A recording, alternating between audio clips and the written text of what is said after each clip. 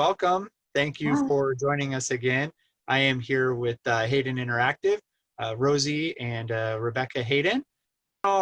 We had our video last week, and lots of really good information, and it really made me start to kind of think about businesses and what are businesses, or what should businesses be thinking about in regards to their online presence. We just launched a new website that has kind of an interesting story about that. Can I just show you this website for a minute? Yeah, please. All right. So this is the site for OpSale, and they're a nonprofit. They've been around since the 1960s. They have events about every 10 years, and they were going to do it in 2020. The pandemic interfered with that, and in the course of figuring out what to do, they discovered that their website was no longer online. So I'm going to take that down so we can continue our conversation. But the website was literally gone. It had some technical issues, and they just had a white space there, hadn't realized. And so they came to us for a new website. And they're in a situation where they liked their old website, but it had things like an events calendar and a store, and sponsorship opportunities and things that were not always relevant, because they had their first event in 1964 in conjunction with the New York World's Fair, and President Kennedy sponsored it, and then they've just had events several times again since then, roughly every decade. So yeah. It didn't make sense to them to just go ahead and say, well, we're going to go ahead and have the same pages that we had before. They needed to think about a way to maintain that online presence, which now is important. Obviously, it wasn't in the 1960s. And they need to look legit all the time, but they don't want people to be able to take every action right now that they'll want to have in the future. We're also working on a couple of other websites that have had changes during the pandemic. So there's one professional services office where they've always just been local and dealt with people face to face. That's what they normally do in their field. But now they're thinking they can reach out. They're seeing more opportunity virtually, and they want to reach out to other states. So their website needs to be redone quite a bit, because they want different things and they're talking to a different audience. And then finally, there's another organization which during the shutdown has been doing virtual stuff online and providing virtual services. They had never done this before, but now they want their website to reflect that and to include that.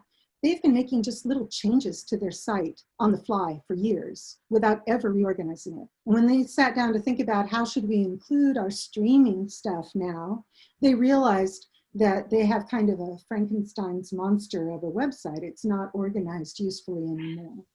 And those to me are just, three different examples of the many ways that you might realize, my website is really not doing me any favors right now.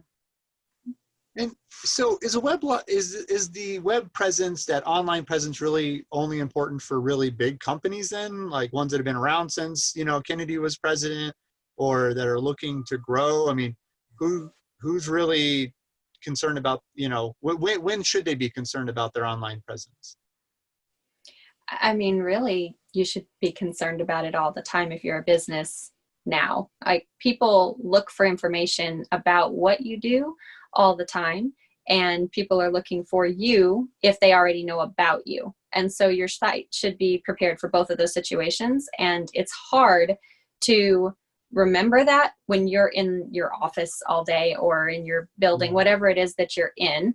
And you have to it's not that you don't remember about it. It's just that it's not like high on your priority list because you're actually doing your work. But it is important, because that's how you get new people coming in, and that's how people who know about you actually locate you and determine whether or not you're still in business and whether or not they can come in to see you soon.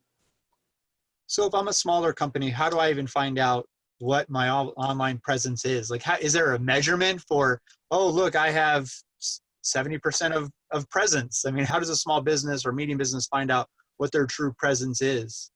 Well, there are tools that will tell you, and they'll give you kind of an automatic reckoning on it. But first of all, you have to have a professional looking website. And there, half of small businesses literally do not have a website still. So that's the first thing you absolutely must have. And you can get, even if it's just you and you're a solopreneur working out of your kitchen, as a lot of us are during the pandemic, you can have a completely legit looking website that makes you look just as big and serious as big companies. It levels the playing field. So once it really does. Yeah, once you've got a website, and it needs to be a good one. Your homemade thing that you put together at Wix is not going to be convincing. So it's worth making that investment to get an actual professionally built website. But once you have that, then you want to look to see where your particular audience hangs out, So Well, if you're... I mean, okay, so you're saying, like, for my online presence, it's where the people are at for a certain business. But what if, as a business, I feel that my online presence is, and all my people are on Facebook or Instagram, and that's that I have an online presence. I have 100, or 1,000 people that follow me on Instagram. Is that an online presence, or because you have 30,000 people, do we still, I mean, and I know my audience is on Instagram. Is that a long-term online presence, or are those kind of two different online presences? Rosie, I want to hear your answer to this, but let me just say quickly, it doesn't belong to you. Your Facebook page, your Instagram feed, your stuff at LinkedIn does not belong to you. So it's not my online presence, even though I have a presence there online. So I'll expand upon that, because that doesn't make sense if you don't know about the other things. But what she means by it doesn't belong to you is that if Facebook wants to change its rules, everything that you've done that breaks that rule is just gone immediately. And that's not yours. You don't get to feel things about it. You don't get to talk with them about it and say, well, this is really contributing to my space and doing all. You can feel all the things you want to feel, but if they make a change, it's just gone. And if you're breaking rules, they just penalize you. And that's just the way that it is. And that's Facebook or Instagram, which they are the same thing. They, but, or excuse me, they're different platforms, but they're owned by the same place. So LinkedIn used to have services pages, individual pages you could make for each of those services and products. One day they decided to stop doing that. All that work was gone. And a really good example of this too, and we actually have an ancient video about this, is Google Plus. That video is ridiculous now because there's no such thing as Google Plus, and a lot of people who are just now getting into social media have no idea what it ever was. So that's the thing about using something like that.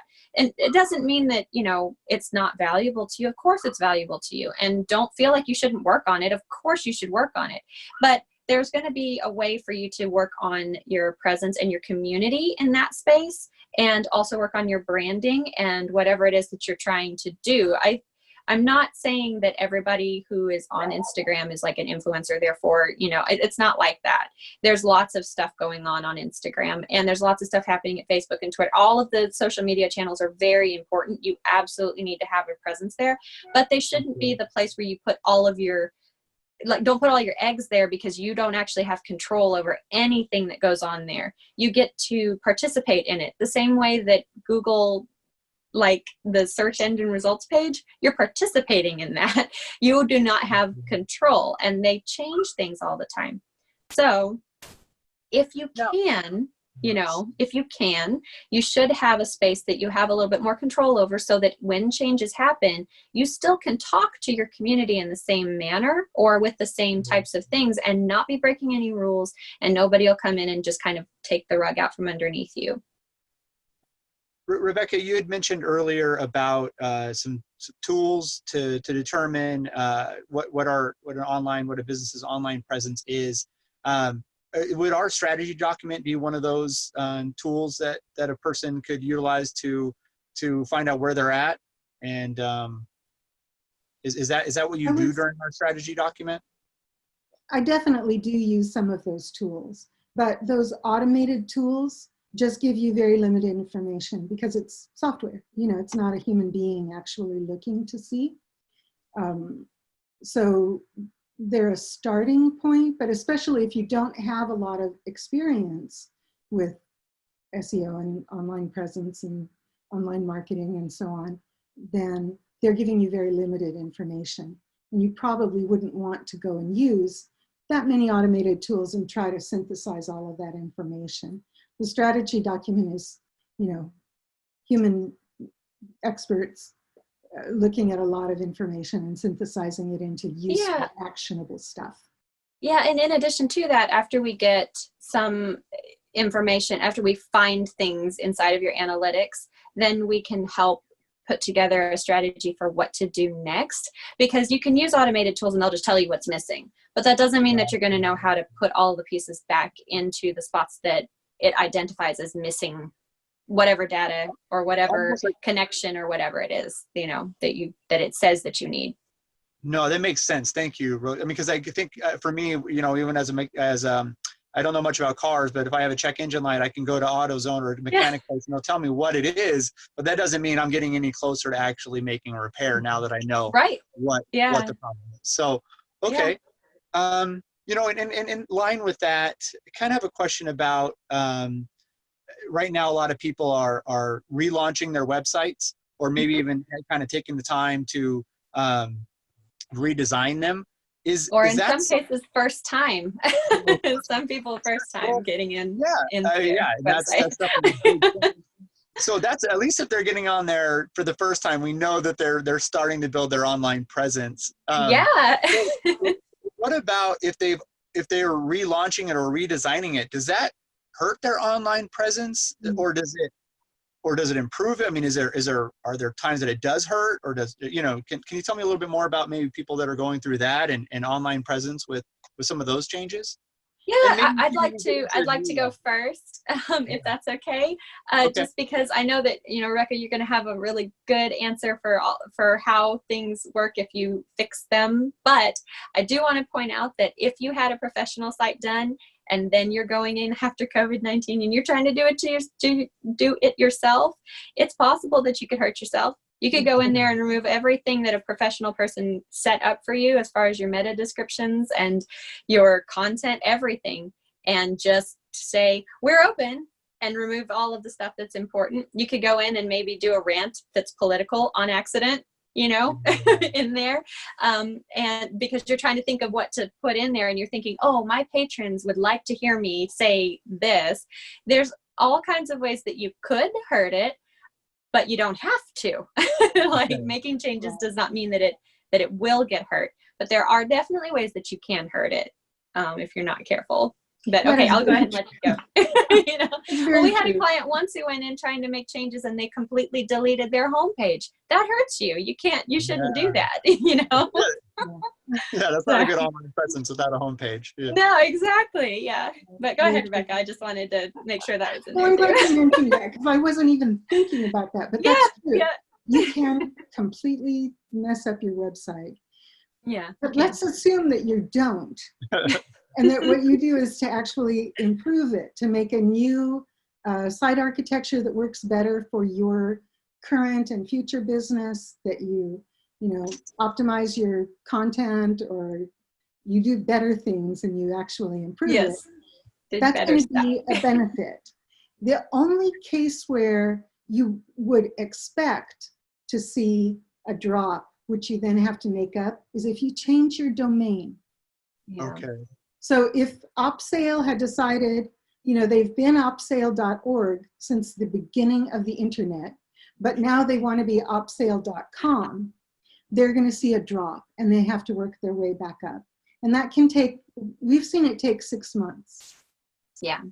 So, you know, best. But that's if you're like working at it too. It could take way longer than that if you're not even making, if you just changed it. Improve. Yeah. If you just change it and don't work on it. Yeah. But anything that you do to improve your website should improve your traffic, improve your visibility, cause people to link to you more, you know. Which, again, if you have a strategy, that's your goal. You're not going to, oh, I'm sorry. The lag got me there. didn't mean to talk on top of you. But that's another situation where having a strategy is very important, because you can make changes that you know you're supposed to make and feel perfectly comfortable that it's not going to do anything to you negatively in terms of SEO. But if you're just kind of shooting wildly because you don't know, you can have poor results that way. So that's a good point. Did you have anything to add to that, Rebecca? I did, and I hope this doesn't take us too far astray, but it's something that we see. Sometimes people will decide that they want a new website, not so much because of their business goals, but because of design or branding or something like that. And you end up with, a moody photograph of the ocean and the words, Mother Nature knows. And search engines cannot guess from that you're a skincare line, And we see that because people think about magazine ads or, billboards or something, and that would be a great way. That'd be perfect on Instagram. Like, that's where that belongs. Yeah. That's exactly. not your homepage, but that is absolutely a great social media post. So. Yes. And if my whole online presence has been Instagram up until this point, if I hadn't been delving into my own website, I may mistake that for a good copyright, a good thing to be, putting up there to draw potential, viewers. Yeah. I think a lot of people who have pretty successful social media accounts but don't have websites yet often are learning on their own, and what works there does not necessarily work over here. They have completely different strategies, and we actually were talking about that recently with a client. If you have your YouTube channel cannot have the same strategy as your website, cannot have the same strategy as your Instagram. Like, they all function differently. People use them differently. The conversion rates happen in a different way. Best practices are totally different. Everything needs to be different in all those spaces. You couldn't just replicate Instagram over here at your website and think it'll just work magically, because it's different. Oh, I think that's so important what you just said there. I mean, because I think for me, being still a layman, it seems so much like an online presence is an online presence, but that really the strategy and the conversation is so different between each platform. And well, and even the audience is different. Audience, yes. The age ranges for people who are on Facebook, TikTok, and Instagram are completely different. Like, you can get all kinds of people coming to your website from all over the place, but on those specific platforms, it's totally different. And you couldn't talk to people on Instagram, as though they're 40, 50 years old. You can't talk to them that same way like you could over at Facebook. You're probably talking to younger, well, I say younger, probably 30, 40 now over at Instagram, and TikTok is all the kids. Maybe not. Maybe it's Snapchat. I'm not really sure about where the line is with TikTok and Snapchat personally. You're getting old. I am. But TikTok is new to me. It's growing like crazy, and I'm very interested in it, but I'm not sure where its demographics are yet. And I don't know if they've totally figured it out either, because, they're kind of new, but still, sorry. Pinterest is mostly women. The audience still is. Mm-hmm. You see men at Pinterest, particularly for some specific topics, things like cars or design. Or they ended up there because in the search engine results page, it's at the top usually. Like, they'll have a bunch of Pinterest things up there too. They might be there by accident. Still about 85% women. So if you don't consider that, you might find that you're not really talking to your audience or not talking to the women you choose for them. And really quickly, just kind of while we're talking about like your audience and stuff, this is just kind of best practice stuff, especially if you're thinking about changing something on your homepage or you're doing things on your own. Know how old your visitors are, because of this is a tiny thing that you would never think would make a big difference, but the color of the background of your website and the font color can really mess things up if you have older eyes. That whole like dark background, light font, like black background with white font, or a dark gray with a lighter gray on top. As people get older, they can't even see it. Like, I mean, it makes it very difficult for people to navigate. So you should think about that kind of stuff if you're doing it. But again, that's just kind of like, you wouldn't know that if you don't have a strategy. You wouldn't know that if you aren't in this space with all of the data, you know, to even see that kind of trend pull forward. Maybe trend's not the right word. That behavior kind of pull forward. And so, you know, that's just a little tip in case.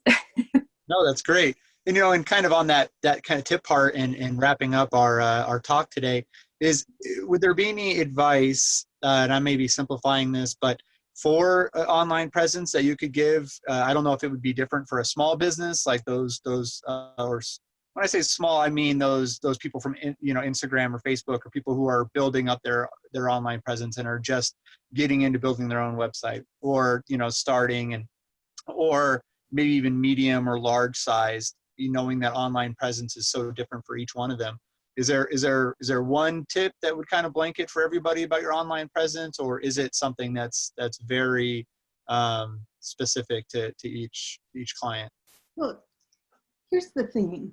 A lot of times when you talk to people who are prepared to give you advice about SEO, it's based on the experience they've had at their website. And they've looked at one website. Yes. At Haden Interactive, not only do we work with all of our clients, and we're talking about, you know, 12 years, 4 continents, we have a lot of clients, but also we white label our services for design companies sometimes. And so we have hundreds of, you know, websites that we've analyzed, and we've reported on their analytics, and we've seen what works for them and so on. So we can tell you for certain industries, this is likely to be true. For different age groups or you know, interest groups, this is something that's likely to work. Here's something that will work better in Malaysia than it would in the United States. You know, we have way more information. And because of that, we can make some generalizations that are useful just based on long experience. But when you see like a tip where it says, oh, there are 7 times more people on Instagram than on Facebook or whatever, it's meaningless unless it says, for this industry, in this place, within this community, you know, and one person's experience is an anecdote. So I think that you need to be able to capture your own data, and you need to have custom solutions. I'm being too emotional about this probably, but I just feel it really strongly. You know, I see too much of that. Oh, here's what really worked for me. And I have, you know, a boutique for teenagers, and that's totally not going to work for this eye doctor who specializes in cataract surgery. It's just not the same. That's true. That's true. And I guess for me, like, as far as like a tip is just to know what you're trying to accomplish. I mean, because it's very easy to feel like you've got a good momentum, and that just means that it's going to all work out and everything's going to be successful. And you're probably right, it probably will be, but you can avoid some bumps in the road if you know what you're trying to do, and then make a plan to get that done in a different space, on a different platform, or on your website, so that you support your platform. I think that that's one of the things that is very important too, is to remember that even though you're really successful in Instagram, Instagram is not the internet. Instagram is an application on a phone, and the internet has a lot of people providing things that are similar to what you're talking about on Instagram in lots of other places.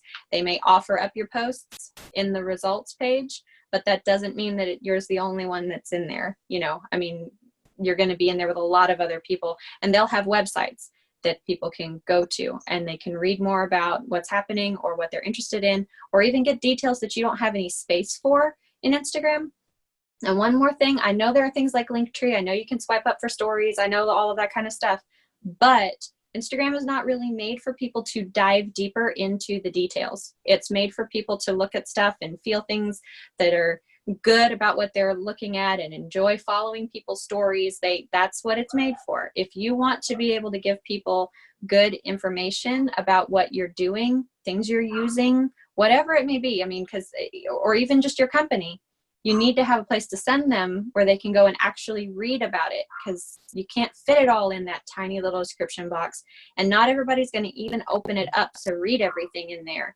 So, Yeah. and again, even if they do, it's tiny, it's this big, you know? So whenever you put stuff in there, the more you put, the longer it is. And most people won't enjoy reading it like that. So it's just good to think about, you know, how big you want to get and put yourself in the places that'll actually get you there. That's great. No, that's great advice. Thank you. Thank you both. I mean, good tips. You know, so of course, if, I mean, you need to have a strategy, you need to know where you're going, and you need to understand what true online presence is. And of course, if there's ever any questions or needs, Haden Interactive is, you know, the company to go to and get those answers. Like Rebecca said, 12 years of experience, 4 continents, and just a lot of experience, you know, behind the brand and knowledge. So thank you again so much for, you know, helping me learn more today with everybody else. And I hope the viewers out there follow us again next week, and tune in and find out more great information that you ladies have to share. So Thank you thank so you again. much. Yeah, it was fun. It was for me too. Thank you, Rebecca. Thanks. Thank you, Rosie. Bye. Bye. Bye.